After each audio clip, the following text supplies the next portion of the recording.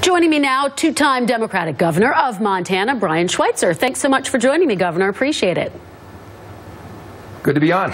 So I want to start with John Walsh's candidacy. He was, of course, appointed back in February, giving him a little bit more name recognition, but making it a little bit more difficult for him to run as an outsider. So how do you see his strategy unfolding? And does this cut both ways, that he was actually appointed?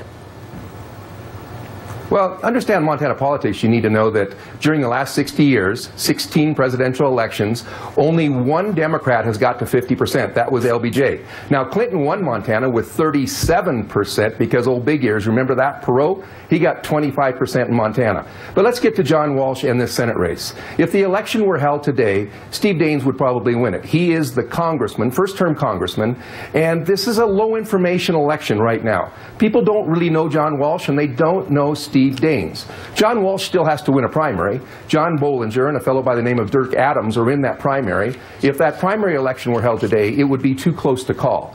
But I suspect because Walsh has got more than $1 million and his closest person, Bollinger, has probably only got 10 or 20,000, that Walsh might pull this out.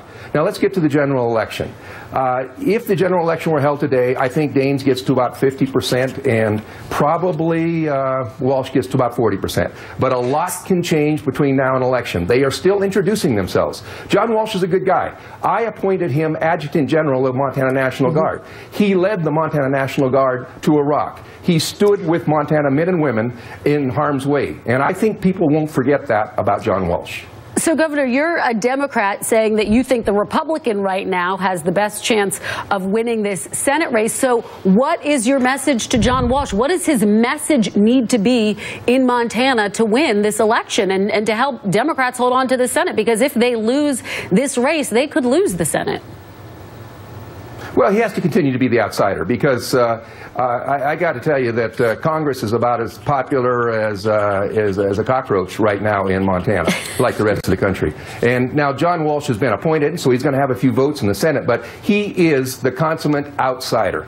And Steve Daines, of course, has been a member of Congress. He's voted with Paul Ryan on this budget, and he's, I guess, in a recent measurement, he is the most conservative congressman that Montana has ever sent to Washington, D.C. And we usually pick people at about the 50-yard line in Montana. And so Daines is turned pretty far to the right. I think Walsh has got a real shot. Now, remember that this is a low-information election right now. They really don't know Steve Daines, and they don't really know John Walsh and John Bollinger. But as the election gets closer, they'll be able to introduce themselves. Now, Daines was born in California and spent most of his professional career in China outsourcing jobs.